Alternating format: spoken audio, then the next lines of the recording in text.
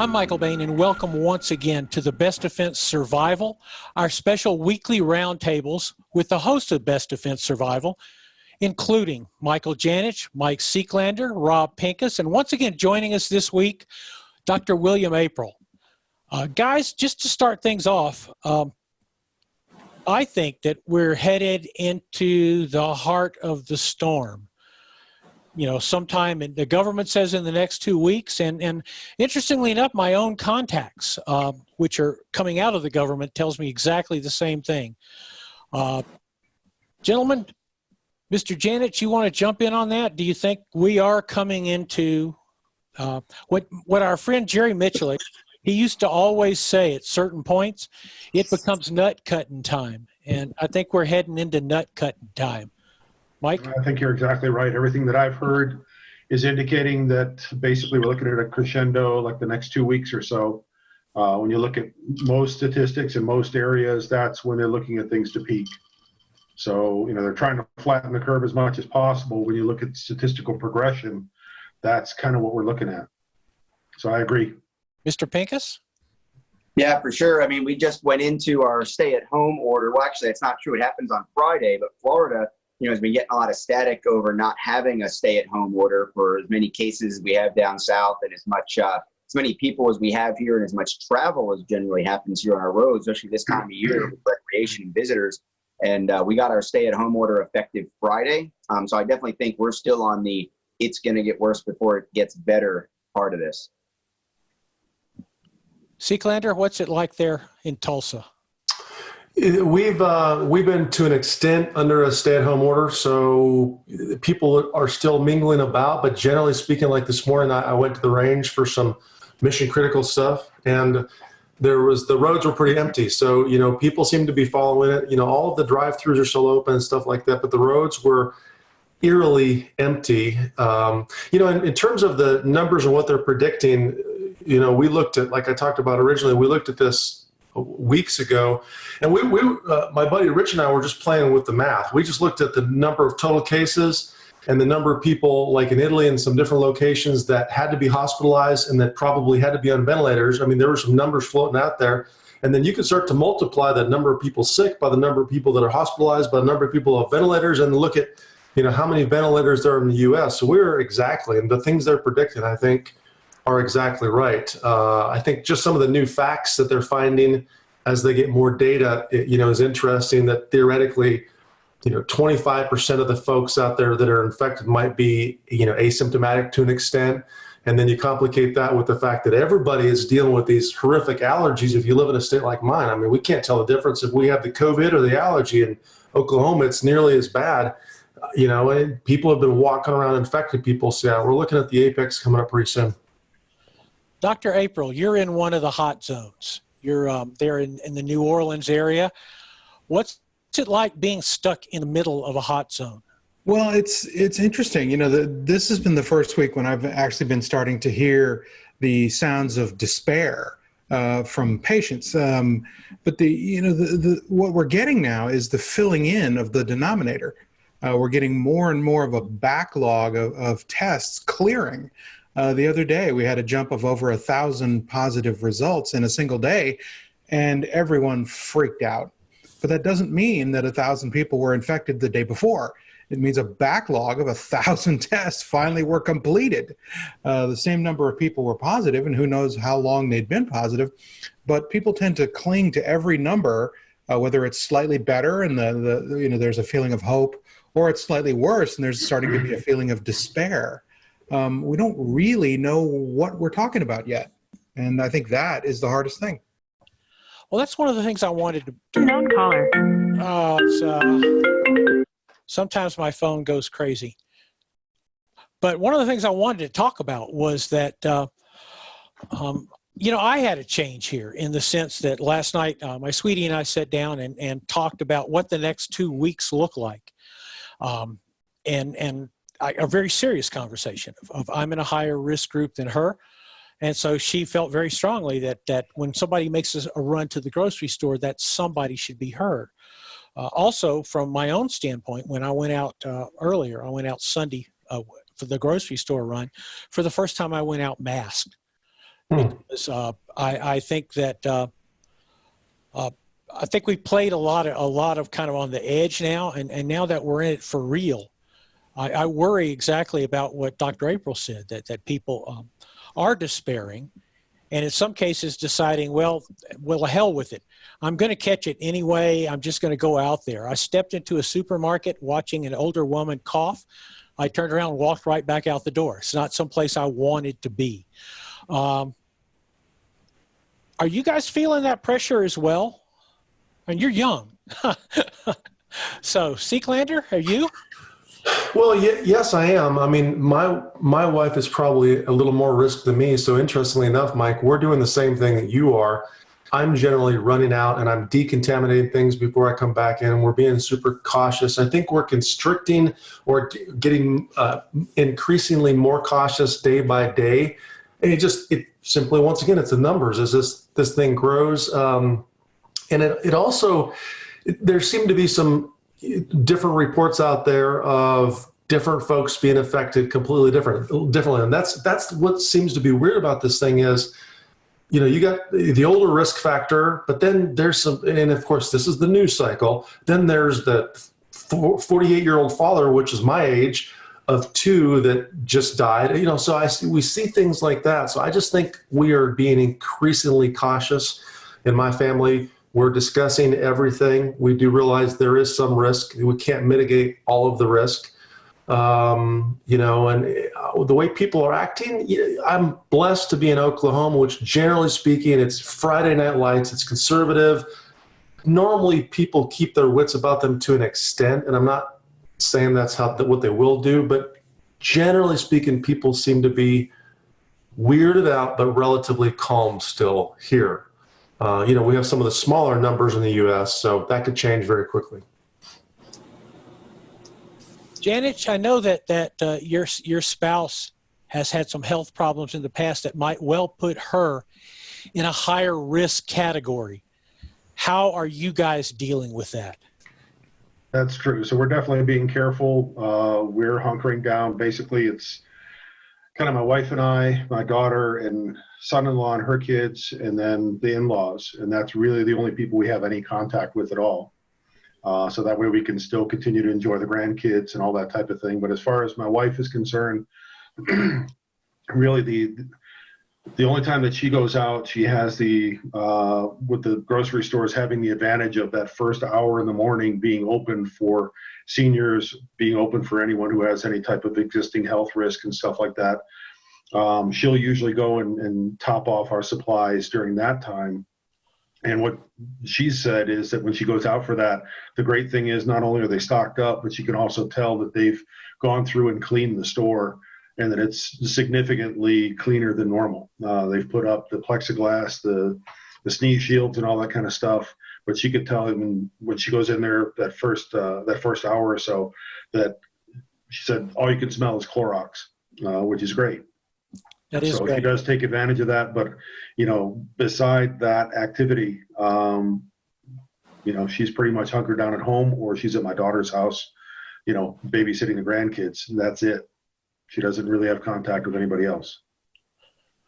Rob, it sort of seems to me, last week we were talking about people were of good cheer in the sense that people seem to be taking it very well. And, we'd see a lot of smiles when we've gone out. From what it looks like this week, those smiles have vanished. I'm still seeing a great deal of kind of normalcy, I guess. Like what I'm saying is a new normal. I mean, we've got the plexiglass, at the convenience stores. We've got stores with lines out front with the tape marks on the sidewalk, every 6 feet, only letting a certain number of people into the stores, based on square footage and stuff. Some of that might change now with the new rules going into effect here in Florida on Friday, but I'm still seeing at the base level, I am definitely still seeing that, what I refer to as the post 9/11, yay America, let's support each other, and how you doing, and more of a nod, more of a smile, more of a, asking friends if they're okay. I got people checking in on me. I'm checking in on other people that I haven't talked to. Maybe in some cases I'll talk to once or twice a year that I've talked to, 2 or 3 times in the last couple of weeks.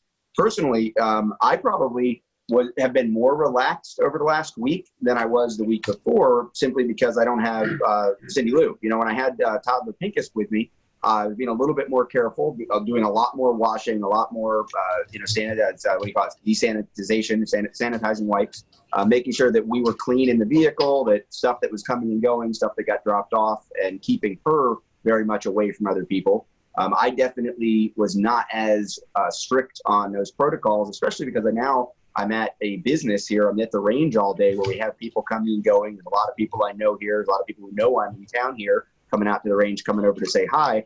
And we might do a fist bump or something like that. But generally, we're staying outside and we're talking to people and we're keeping that 6-foot distance as we stand around in groups of 5 in a 10-foot circle outside. So we're I think doing well with it, and I think people are doing well with it. I actually think the president's announcement on Sunday will help people adjust to the new normal faster. I think the fact that we've gotten to a point where even he is saying, it's going to be May 1st, it might even be June 1st, that helps people get through those phases of loss. We're essentially losing our way of life. We're having to adjust to something new so we can get through the denial, we can get through the anger, we can start getting to acceptance. And I think that's really going to help the majority of people, and it's going to help businesses, and it's going to help, just kind of families adjust to the way life is now with homeschooling, in the short term, instead of it being this every 3 days, it might end soon. Dr. Aprill, what do you think there in this whole, you mentioned despair. There was a thing I saw in the news a couple of days ago that last week Tennessee had more suicides than they did have deaths from coronavirus, which is something that both you and Rob brought up. So how do we help people through the despair of watching our way of life maybe irrevocably change? Well, the feeling that's most highly predictive of suicide attempt is hopelessness, not necessarily sadness or other kind of negative emotional states, but the sense of hopelessness that they don't see a positive future outcome. And something that contributes to that is uncertainty. Just not knowing. It seems like, what we know, unquote, about the illness seems to change every day, and change every day based on what sources you're reading. And that inspires, I think, this lack of confidence that translates directly to hopelessness. People can't necessarily see the tunnel, much less a light at the end of it. And that is something that we're going to have to keep our eyes on, watching out for people who don't necessarily seem to be doing badly, but inside have lost the frame of how we're going to get out of this in a good way. That's a good point, and something I know Rob's dealt with. People might not show on the outside that they're drifting toward a really, really dangerous point. No, often there's an increase in someone's apparent state of mind, and it's because they've stopped struggling with the idea. Once someone has decided to take their own life, there's a sense of relief often. The tension that comes from back and forth about, should I or shouldn't I, has been resolved. And so often people will appear to be doing better just before they do something very, very serious. So what are we looking for in our friends, in our family, and kind of the people we're talking to through Skype? What are the warning signs? Again, I know we've touched on this before, but Sure. I can't speak enough about it. Rob, you want to start in with your warning signs there? I know that it's something you've dealt with. Yeah, Walk the Talk America, we are talking to gun owners who we're not mental health experts. So I'm certainly going to defer to what Dr. Aprill has to say on the clinical side and the technical side and the best practices side. But what we tell people is, look, you're going to, just like William was saying, you might have someone who acts like everything's fine. Then on the other hand, you might have someone who clearly is in crisis mode, and responding to them, just letting them know that you are there to help, reminding them that there are resources, reminding them there is a light at the end of the tunnel, that they and we are going to get through this. I tell people is, don't wait for a sign that you haven't been trained to identify or that you might misidentify in the first place. Bring it up. When you're talking to me, are you doing all right? Do you feel okay? If it's the divorce, if it's a loss of the job, if it's you were thinking about breaking up with somebody, but now you're stuck in the house with them for 30 days without being allowed to leave. There are ways that friends and family members can talk very frankly and openly. I think one of the things that I've been reminded over and over and over again by mental health professionals is that we should not be afraid of triggering a suicidal episode by simply asking, like, is this something you've thought about? Or, you know, hey, do you know that if you ever get desperate, man, you can reach out to me, or you can call this number, or you can go to this website. You're not going to plant the idea of suicide, or you shouldn't worry about planting the idea. Something that I've been told over and over again. It's something we try to remind people about. It's okay to talk about this stuff. Yeah, that's the one thing that's not contagious, is suicidal ideation. You cannot give it to someone. One of the things that I'd recommend is not being squeamish about it, but at the same time, localizing your concern within yourself. It's very different to say, I am concerned that you might hurt yourself, as opposed to you are acting suicidal. When you localize the concern, you remove the judgment. I am concerned. I'm having these thoughts. Am I completely off base? And let the person talk. You know, the most important thing I would think, though, is to consider that it could be possible. I've had an unfortunate experience with lots of people who survived the suicide of a loved one. And what they'll say is, looking back, they saw things that were pretty clearly signs that they should have been concerned about, but it never crossed their mind that Sally or Joe or my wife or my husband might commit suicide. So they diffused internally what they were seeing. In someone else, it would have been pretty clear sign of suicidal ideation, but not for Bob. He would never do that. So it's possible for everyone. That doesn't mean it's likely, and certainly doesn't mean it's a risk for everyone. But we have to at least consider that a person can be in that much distress, and we have to, you know, in a strange way of thinking about it, we have to believe it before we can see it. You know, Mr. Janich, one of the things in Best Defense Survival that I remember you talking about is the duration of the event in a lot of ways defined people's response to it. That when you went from a 2-week event to a 90-day event to an event that stretched out beyond that 90-day horizon, which is clearly what we're in right now, that increased the pressures on everybody involved. Which, you know, as Rob was saying a little while ago, when we know that, okay, there's going to be a lockdown order until the end of April or something of that nature, in my opinion, it's actually helpful, because what it does is it allows you to really kind of embrace that idea and say, okay, this is what I'm up against. I can quantify. And it's just like any other problem we've ever discussed in the Best Defense or Best Defense Survival. Once you accept what it is, and once you get past that denial, then you can start the process of dealing with it. It's not saying it's going to be easy, but understanding what the problem is and understanding kind of what the parameters are, that really is the first step toward doing anything tangible about it. Guys, do you think that setting a not a deadline, because you can't do that, but saying in your own head to say, look, I look at this number, I listen to these people, it's going to be 1 June. Let's be honest. It's going to be 1 June before we can really evaluate, can we go on normally?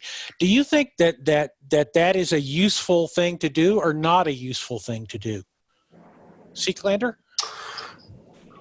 I think that just like we were talking about in the last show, communicating honestly with our family is super important. I think communicating as a culture and as a U.S. entity is also like really, really important. I mean, here's the bottom line. Like we used to say in the Best Defense all the time, we don't need to try to figure out why these things are happening. We just need to deal with it as it is. So here are the facts. This is going to be bad until June 1st. We need to maintain lockdown until June 1st. So get that in your head, come up with your exercise program, figure out how you're going to survive at home, and then do that. I think that honesty is important. But I do want to go back, not from a technical expertise standpoint, in terms of people being okay. And I'll share something that I saw my wife do the other day.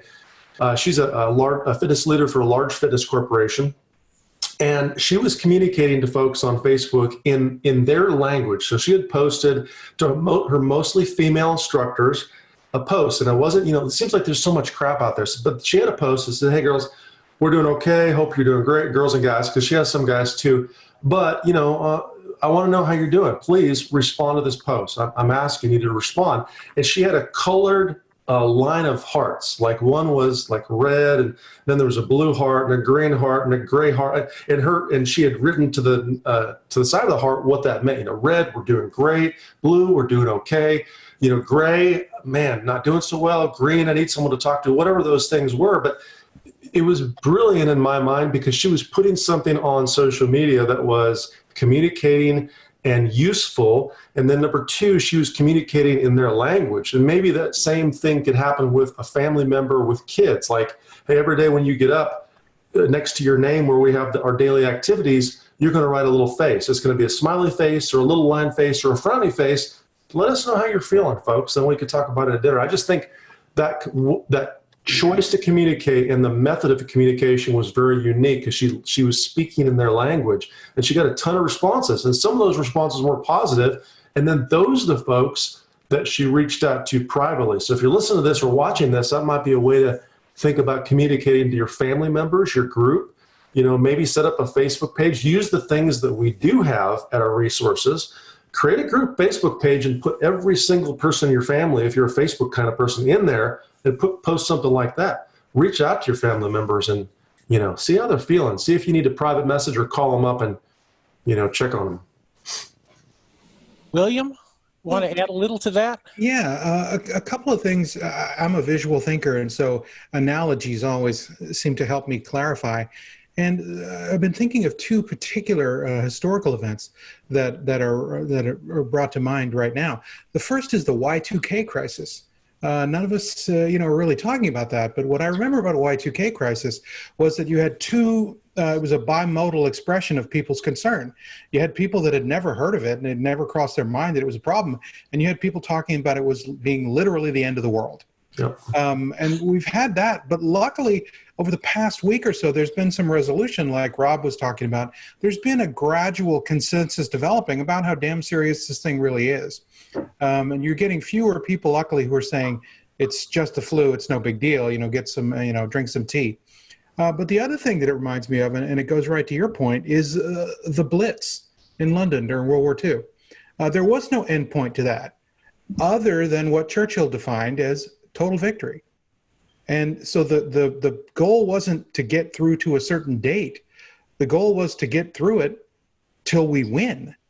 And that's a much more important thing than hanging on a goal date or a goal state that can lead to disappointment. But when you say we as Americans are going to hang in there until we win, and drawing on all those native resources that we have to get to that larger goal state of victory.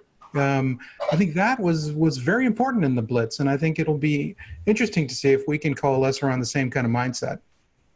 Rob, what do you think there? Because I think that defines it well. Because, like I said, having studied the Blitz myself, it was a nightmare situation because it had no end, and because the British knew if they lost, they ended up ashes. But it's hard to see an invisible enemy and think of it in terms of victory, isn't it?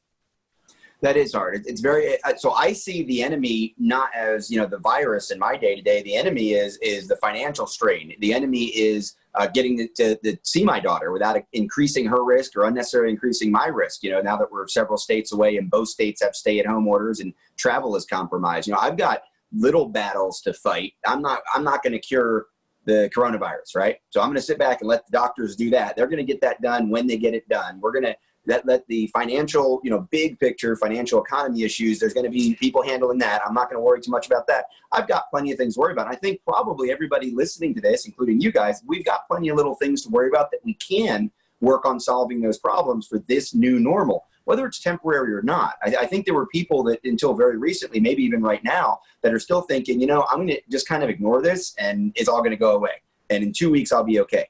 Well, if you don't start working now to solve those food supply, economic, family dynamic, fitness, health, nutrition problems that probably are going to last for now several weeks, if not for several months, you're going to have a rude awakening at some point. So I prefer to focus on the idea that this might go on indefinitely. So I need to figure out how to live this way and survive this way and be functional and productive this way and not just hunker down until this bombing run ends, and then I'll be, then I'm back to normal.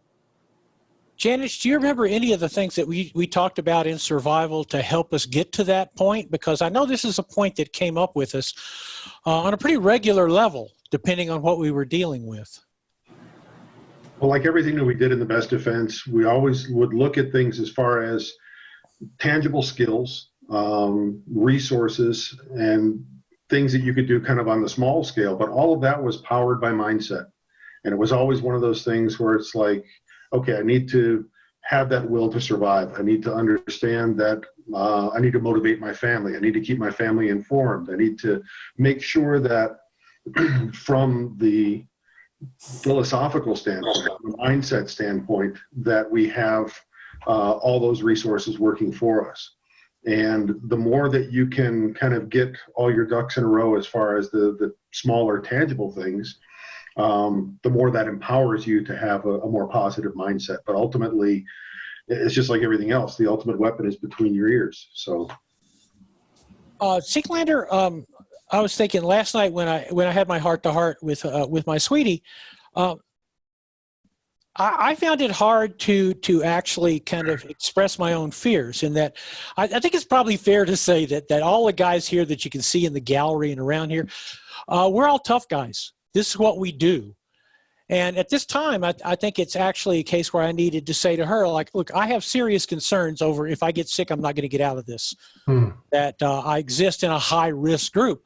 And that affects my thinking. It affects the way I look at leaving the house. It affects everything.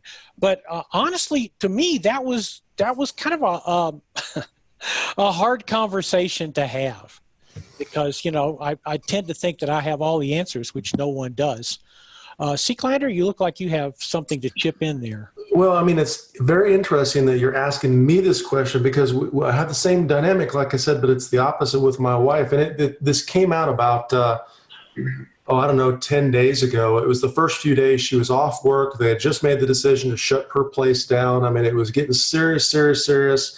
And she had the same concern. She's had, you know, not serious health stuff, but serious enough where she believes, for whatever reason, that she will be more affected by this thing if she gets sick. Now, me, on the other hand, whether I've learned to bulletproof it or bulletproof my brain, or maybe my brain is just too small to wrap itself around this, I'm not fearful at all of getting sick necessarily, other than bringing it to my family members. I am primarily concerned with her. And also, you don't know. I mean, there are kids that are dying with this. And I'm like, I'm not certain I'm prepared to deal with one of my family members dying. And of course, I have a older mother that's states away from me, that if she gets sick, she is definitely in a high-risk category. So, you know, I applaud your conversation. I think that anybody listening or watching right now needs to have real serious conversations, and they need to really address their own feelings too. You know, because you addressed your concerns to your significant other, and my wife did as well. And I think it's time for all of us to be honest about that, and then act accordingly based on what those answers are, and then have as much of a positive attitude as possible. And once again, do our best to let go of the things we can't control and embrace the things we can control. Like if you all made the decision where she's going to go out of the grocery store and she's going to decontaminate at a station before any of that stuff comes in the house, that's a great and a logical decision. And I applaud that. Dr. Aprill, how hard is it to look at somebody that loves you and that you love and then say, I'm scared? Much harder in the thinking about than in the doing, because there is some relief in saying the magic words. I am afraid. What happens is we've got this vestigial magical thinking where if we say it, we're going to conjure it up. And that's just not true. There's a real relief in saying, oh, I am really scared sometimes. As long as you follow it up with the word and. I am scared and I'm going to keep working on this. I am scared and I'm okay. I am scared and I still have my wits about me. So they're both true. And saying them both rather than trying to sequester the truth away for fear of speaking it into existence, is always going to be helpful. And it's a very, that's true intimacy with someone, is to actually risk showing them things that don't make you look great. Right? If the only thing we ever had to show was our competence and mastery and power and wonderfulness, well, conversations are all easy. It's just different chapters and versions of look how wonderful I am. But to show your limitations, that's real intimacy. And don't be surprised if there's a payoff. There's a relational payoff to being emotionally honest with people. Rob, maybe that comes back to us where we need to lead by example.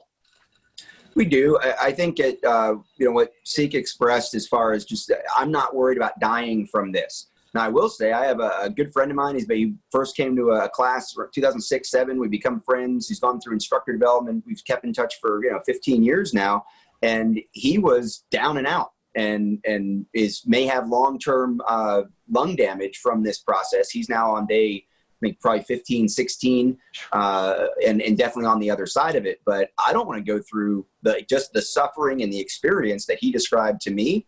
I don't want that. Like, I'm a tough guy. Fine. I'm not worried about dying. Fine. But I'm worried about getting sick. I'm not going to walk around gratuitously, even if I wasn't worried about infecting other people. I'm afraid for family members who are in high risk groups. It is inevitable that I'm going to get the email from somebody. It's going to be from a husband, from a wife, from a son, from a parent of someone I know who's going to die from this. We've got a local cop who's 36 years old. He has asthma issues, pre-existing condition. He's 36 years old. He's in a coma.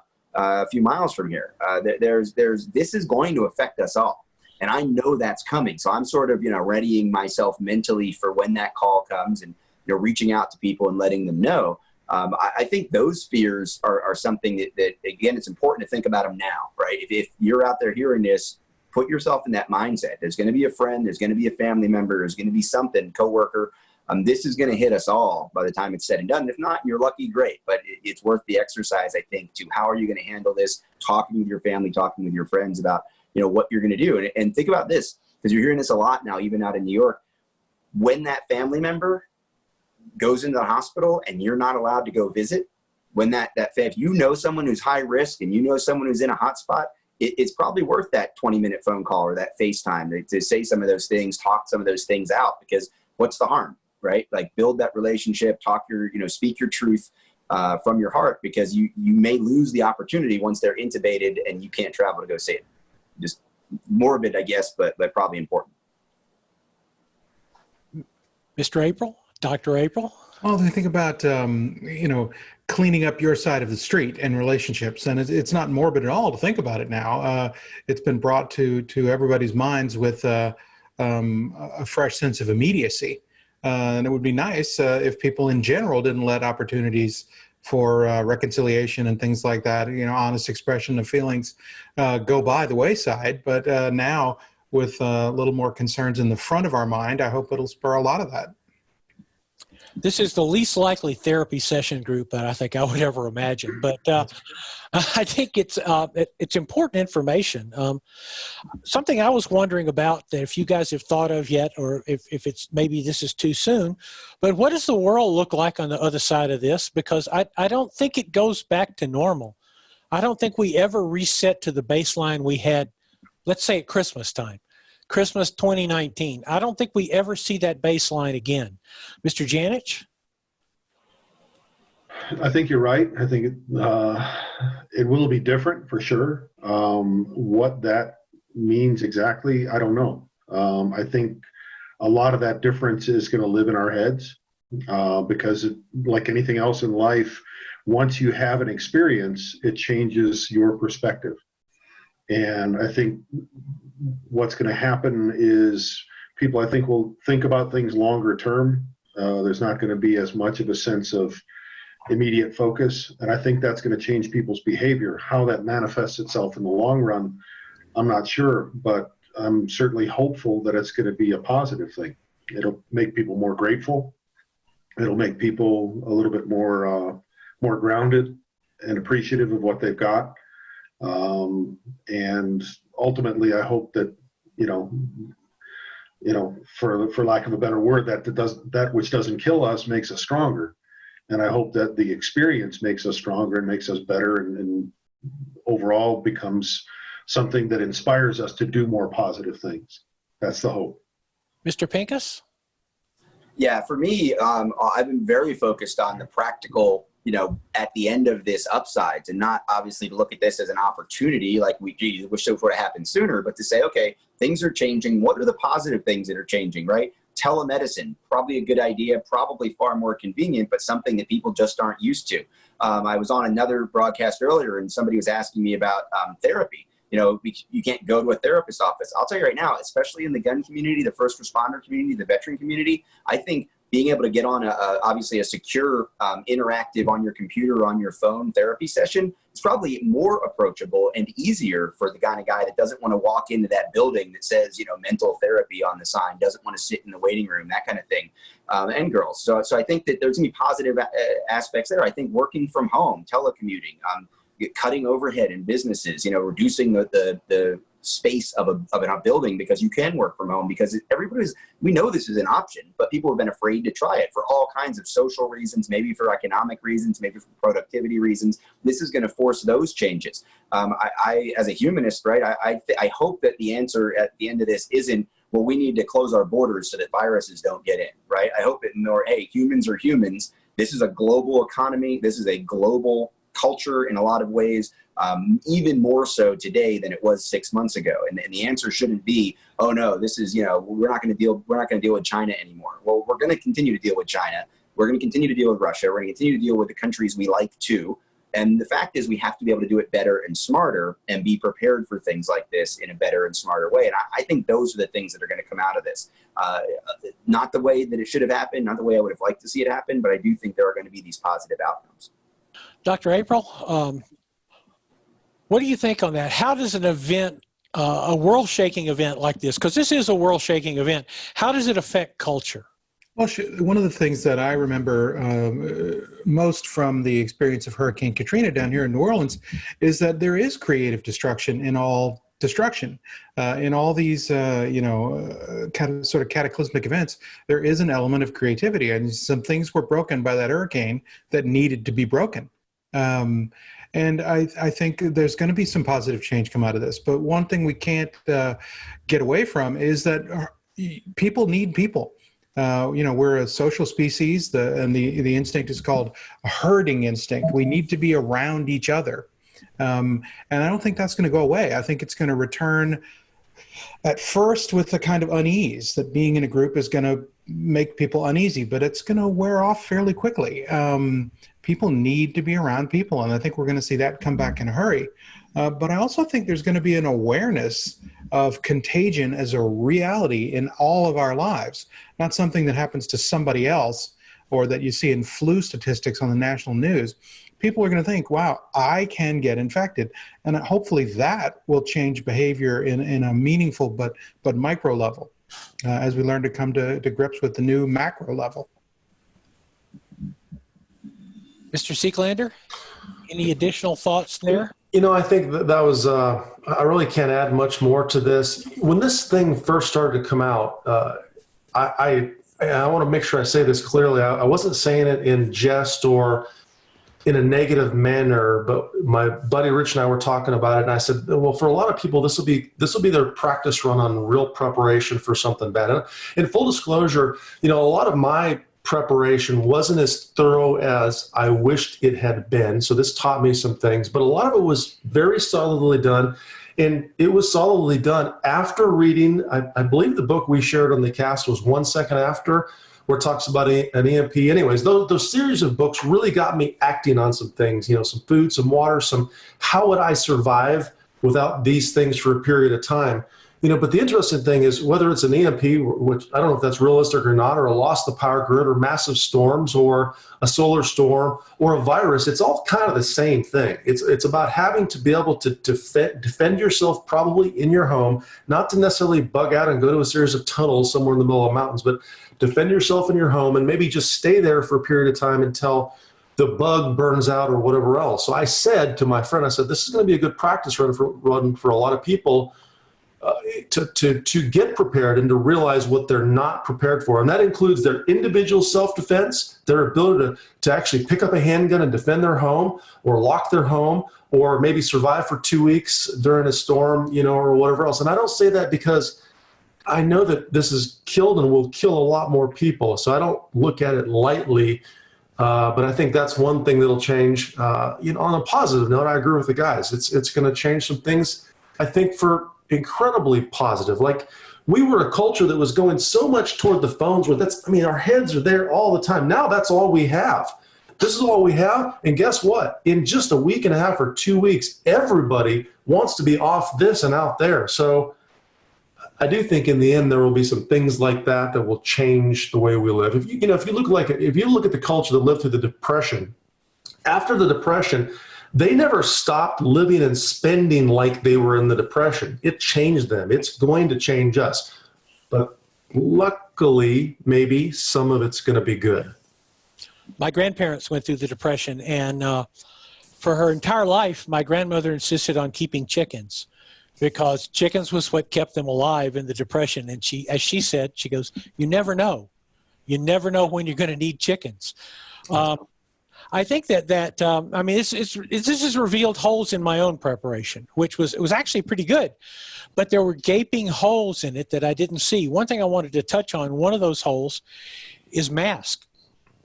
When we were doing Best Defense Survival, Janich, one of the epidemiologists there told me, he said, you have N95 mask, right? I said, no.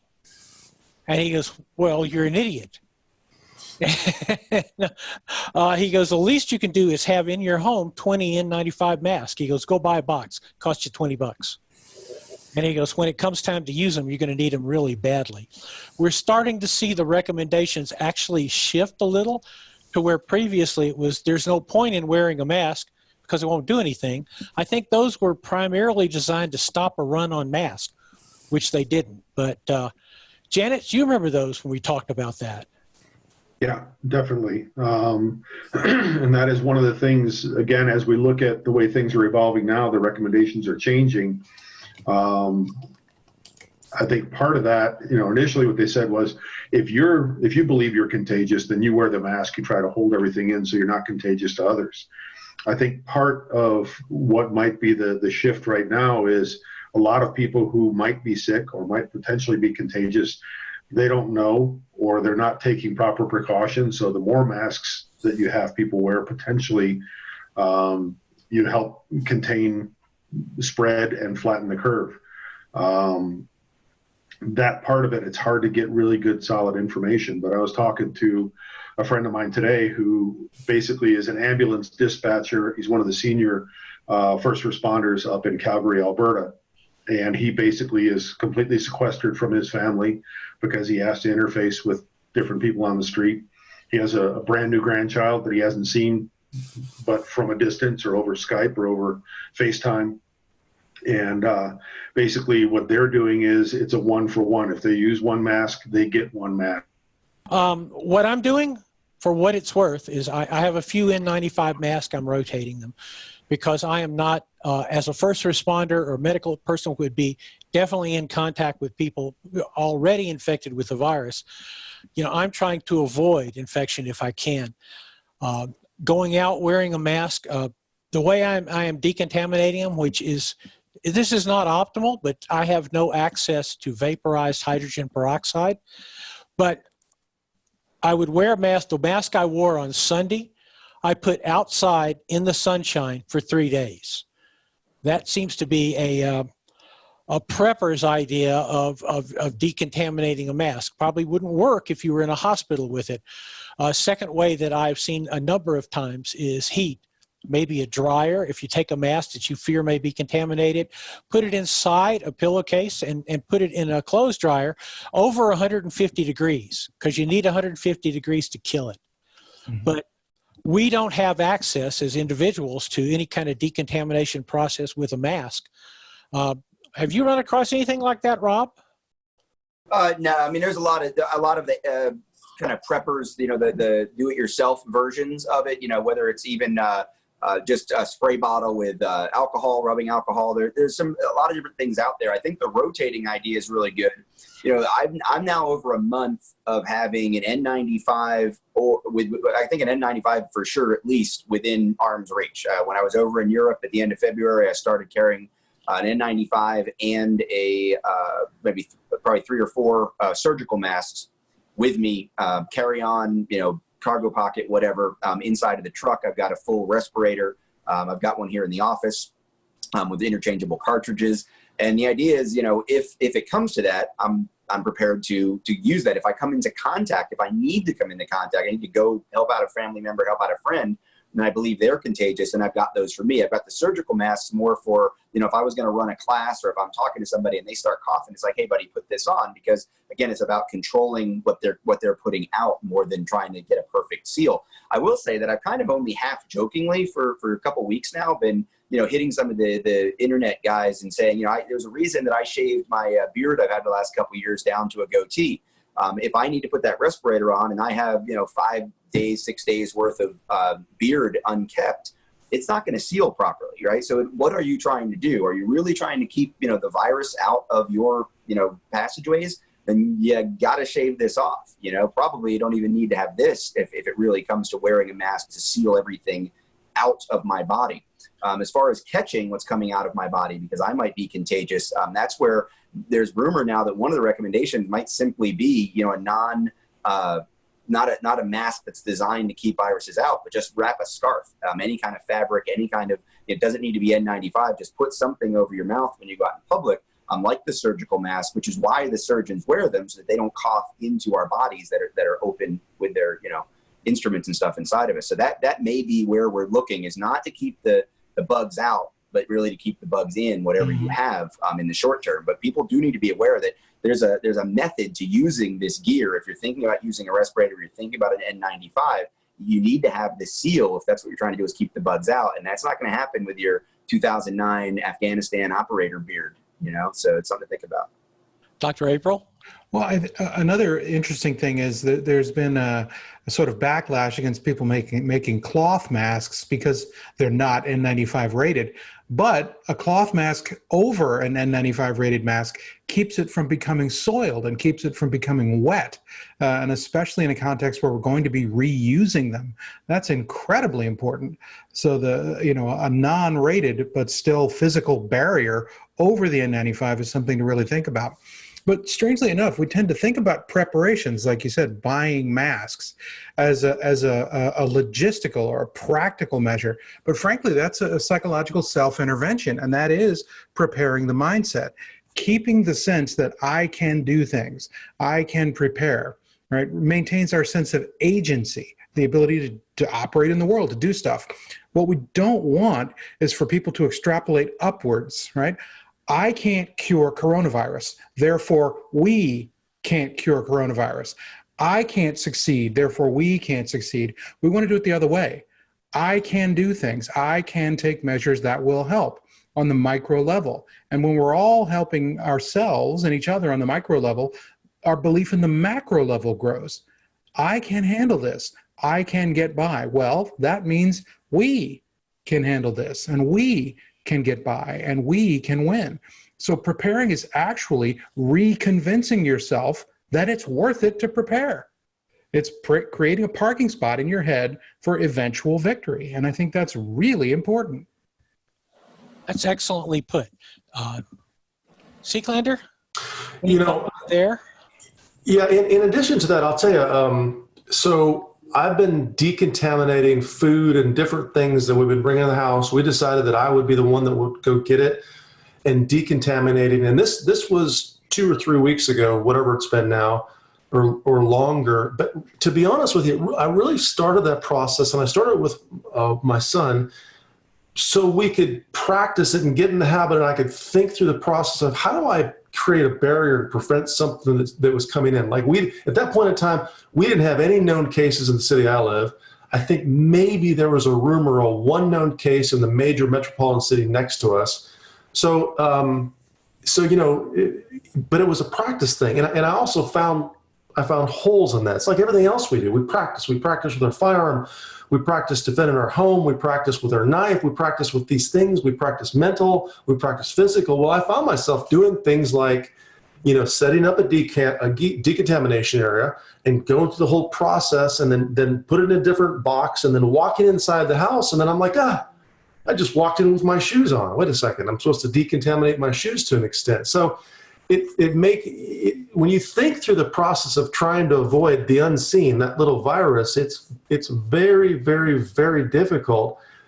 But if you start to identify your holes, you can build some habits around those holes, and certainly, like Dr. Aprill says, reduce the chance that that one gas hose that you touch has a virus on it. Well, you had your glove on at that point in time, and then you peel your glove off and whatever. You know what I'm saying? You start to identify the things you can do. And when you make a mistake, you get to correct those mistakes, hopefully before it really matters. And, it's like everything else. Hopefully you prepared with your firearm before you needed to pull it out. Hopefully you learn how to defend your head and throw a punch before you ended up in that scrape in the back alley. Ironically, on one of the old Best Defense Survivals, we did a whole off-grid medicine training class. And the first thing in that class was, I need to show you how to put on a mask. I need to show you how to put on gloves. I need to show you how to put on gowns. And then I need to show you how to take them all off. At the time, I thought, well, that seems self-evident. Turns out it's actually not. There are videos, by the way, on the internet on how to fit a mask of some kind. It's worth watching those videos. The best ones are from Japan because they wear masks all the time. I know we're coming up on almost on an hour here, but one thing I wanted to talk about was this situation where we have sheriffs or law enforcement officers releasing prisoners because they don't want them to be exposed to coronavirus in jail into a community that at the same time they're saying, well, maybe you shouldn't have a gun, maybe you shouldn't do this. I know that Pincus, I believe you said on Facebook that you don't see it as getting as bad as it could be. There is a worst case out there, but you don't think in terms of crime, in terms of threat to individuals, it's going to be there. I'm much more concerned about escalations in domestic violence, the mental health issues we were talking about before, road rage because, you sat in the Chick-fil-A line for 45 minutes and then somebody cut you off and your family's texting you saying they're hungry. Like all these, I'm much more worried about the kind of everyday things getting worse than I am, marauding bandits looking for food at this point. Now, when you talk about releasing someone who's in jail into the population, I have to believe that we're not talking about, the guy who's raped 16 people and killed 2 in the last 8 years. I think we're talking about the people that are at a much lower risk level. And I'm sure we can find citations for that not being the case. And we know that once you're inside the system, you come out, you're very likely to repeat and be violent. I get all that. But that happens every day too. So people are released from prison all the time and criminals come back on the streets all the time. There's plenty of criminals that have never been to prison. I think obsessing over that part of it probably is creating more anxiety than is needed. If you're watching us, if you watch The Best Defense, you already know that crime exists. You already know to be careful. I think we need to look at the proximity and anxiety and depression issues that are more likely to fuel interpersonal violence with known persons or things like the road rage than we are, systemic crime or the people whose business is crime.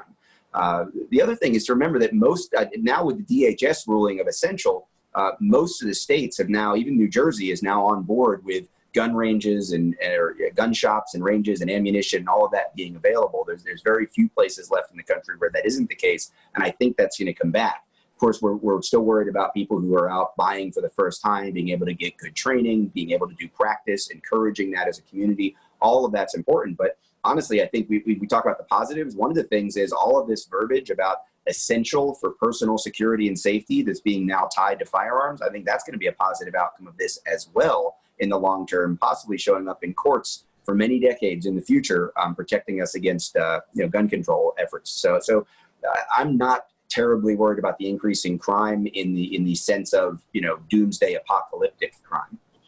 Dr. Aprill, you're one of the ranking experts in the country on interpersonal violence. I imagine you have some thoughts here. Well, I don't think it's either or. I'd hate to think that we have to either worry about disease concerns or crime. I mean, the way the world is, we have to be concerned about both. But I do think it's a little troubling when just this past week, the governor of California commuted or pardoned 21 sentenced serious offenders in California, including 14 murderers. These are people that are now on the street that have been serving time after being convicted of murder. That certainly doesn't make the population feel any safer. At whatever risk we are, it doesn't help to make it seem like it's more important that to be doing that than it is to be assuring people of their safety.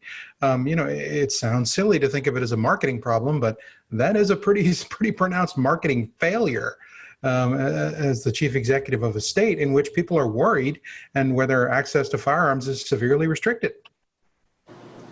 Mr. Janich, thinking on the idea of road rage, interpersonal violence, if you wanted to bullet point to tell people, the people who are watching this, the people who have watched Best Defense, we've told them for years that if you choose to carry a gun, that means that there's certain things you can't do, which is you can't get mad, you can't pitch a fit, you don't get to shoot birds at cars that cut you off. I think it's worth reminding people of that again, that we need to de-escalate even more so than we would under normal situations. I think that's exactly right. I mean, essentially the same principles, the same concepts still apply. What's changing is the environment, and the environment is becoming more volatile because we have so many other challenges. But as far as the decision-making process, it's exactly the same thing. It's just going to be harder to do because you may have more of a chance to practice it. So when you look at, as Rob said, just people being frustrated and, taking out that frustration on other people, people being confined, we've said many times on the Best Defense, we've looked at the statistics as far as crimes perpetrated by people known to you, within either a domestic violence situation or just a situation where, you may have even, multiple generations living together just out of convenience and out of safety during this period. And you've never lived with grandpa before, and grandpa is hard to get along with. And, all of a sudden, tempers start to get short, people get pissed off, and they decide that, they're going to resort to violence. Those things are dynamics that, again, it's part of kind of the changing landscape of what's going on right now. One other thing that I think is worth considering and monitoring in your own area is also when you look at first responders, and especially police, being affected by COVID-19, and as their numbers might diminish if they have to go into quarantine. That's one of the other dynamics that, it's not either or, as Dr. Aprill said, it's all of it. It's a complicated combination of dynamics. We need to look at all those things. Again, the basics are what are going to get us through, but the way that the landscape is changing, there are a lot of factors that influence it. I think we're coming up on an hour. Let's just kind of maybe wrap it up. Mr. Seeklander, what would you tell the people who are watching this, okay, this coming week, what's their area of focus as we head into the very hottest part of the hot zone? I think the area of focus should be the same that we've discussed previously, because we gave the basics and fundamentals, and I think they need to accept that this next week or 2 weeks, the facts are out there. You cannot argue this. You can't stop it. It's going to happen. So just think through what's going to happen, and then plan accordingly.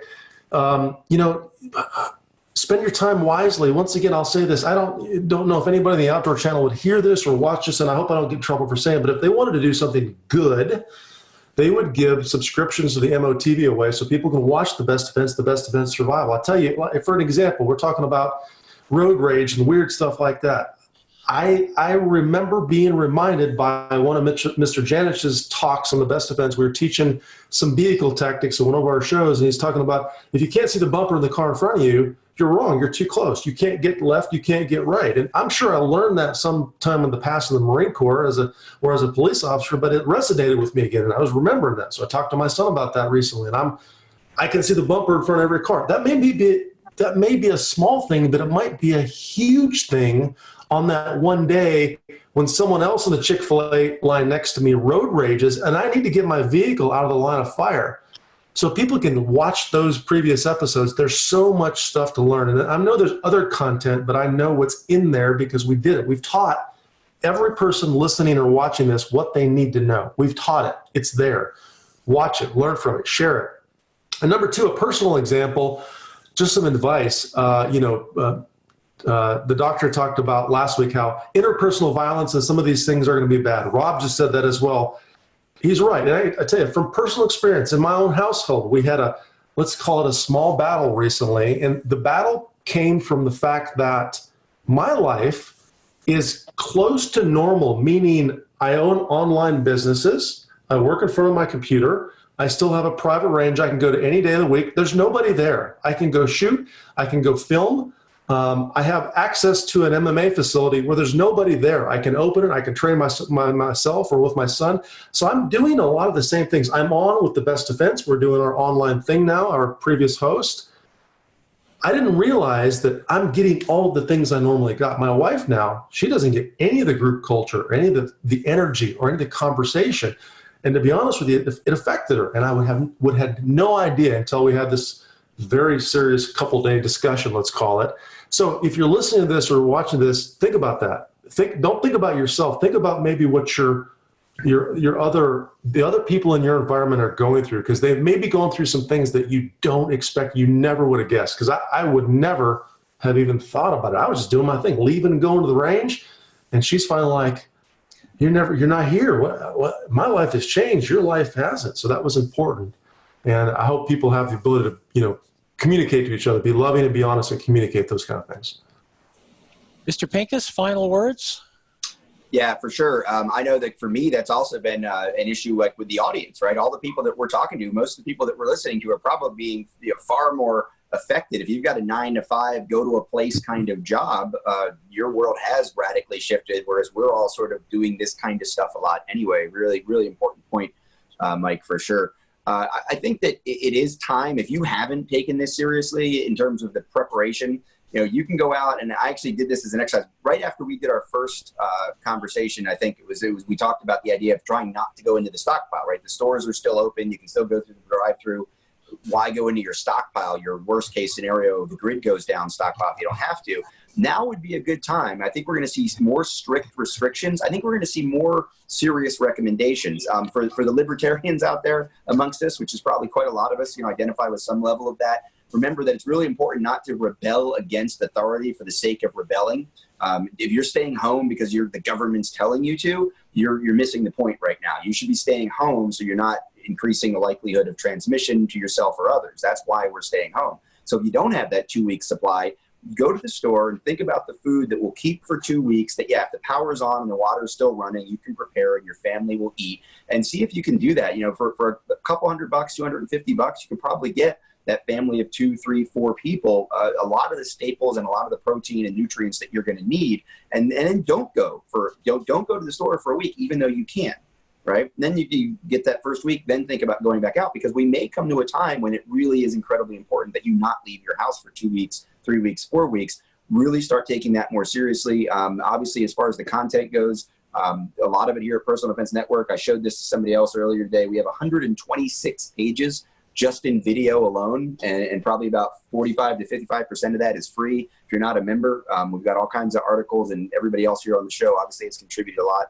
to the internet as far as information. Take this opportunity to get your family to sit down with you maybe and watch some of the shows and the videos that on a normal day, under normal circumstances, they would never entertain over The Bachelor or whatever. Dr. Aprill, some closing thoughts. I think it's important to, like I said, maintain your sense of agency, your ability to do things, to operate in the world. And that's on the micro, the meso, and the macro level. I think at the micro level, people have got to start thinking about maintenance of self, taking care of yourself. One of the really important things we want to get out there is the National Suicide Prevention Hotline, right? 24/7, somebody is there, and it always helps to talk. Always, there are people there to listen. At the meso level, start thinking about doing something that gets you out of your shell and helps others. I have an appointment scheduled to give blood, and I'm going to go do that because there's a bad shortage of blood. Blood drives are canceled. Did not realize college students were responsible for most of the blood donations in America, and so that's not happening. So I've made an appointment to give blood. It's not earth-shaking, but it's helpful. And on the macro level, I wrote a letter to my U.S. senators with some points that I had about the things they were doing or not doing, and that's to remind me that I'm not hunkered down like a whipped dog, that I'm still a citizen and I still have things I want to say, even to very powerful people. So if we can remind ourselves to keep operational within all those 3 levels, I think it's good for us and something to think about. And for, what are their preferences when they pass away, having things like living wills, having things like medical power of attorney and all that type of thing. It's unpleasant stuff, but it's also one of those things that once you've done it, and once you sat down and you have a clear understanding of where you are with all that information, and you've made smart choices, and the people you love in your life know that, hey, you're trying to make good decisions to make it easier on everybody. It's just like having any other kind of a family plan. There are important decisions that need to be made. And, again, on the other side of that, when you've had that conversation, you can kind of rest easy and say, look, we accomplished something good and we have a plan. And I think that's a very important thing. I applaud you for doing it, and I encourage everyone else to do it, because my wife and I have had some of those same conversations this past week. Well, I think to tell people that you can look on LegalZoom and look at powers of attorney, look at wills, but that's a very important point, because this is a disease that hits hard, and should you have the bad luck to be one of the people that it hits very hard, someone needs to know what you want them to do. So once again, guys, Michael Janich, Michael Seeklander, Rob Pincus, Dr. William Aprill, thank you very much for joining us here on the Best Defense Survival, essentially our third reunion show. If you have questions for us, we may be the 5 most reachable people on earth. All of us have our own websites. You can find us. It's very easy. If you have questions, if you have something that's bothering you, bothering your family that you would like us to at least address, please, by all means, send those to us. And I think to close things out from my own standpoint, one of the most powerful things I ever heard in another part of my life was Teddy Roosevelt's The Man in the Arena speech. I imagine all of you have heard pieces of it, which is that critics never count. The only thing that counts are the people that are in the arena, who are doing the fighting, who are there. And I think what this has done to us is it's put all of us in the arena. Whether we wanted to be in the arena or not, we're in it. But remember that the things that we do there define what we are and what we will be for the rest of our life. This is the Best Defense Survival. We will see you next week.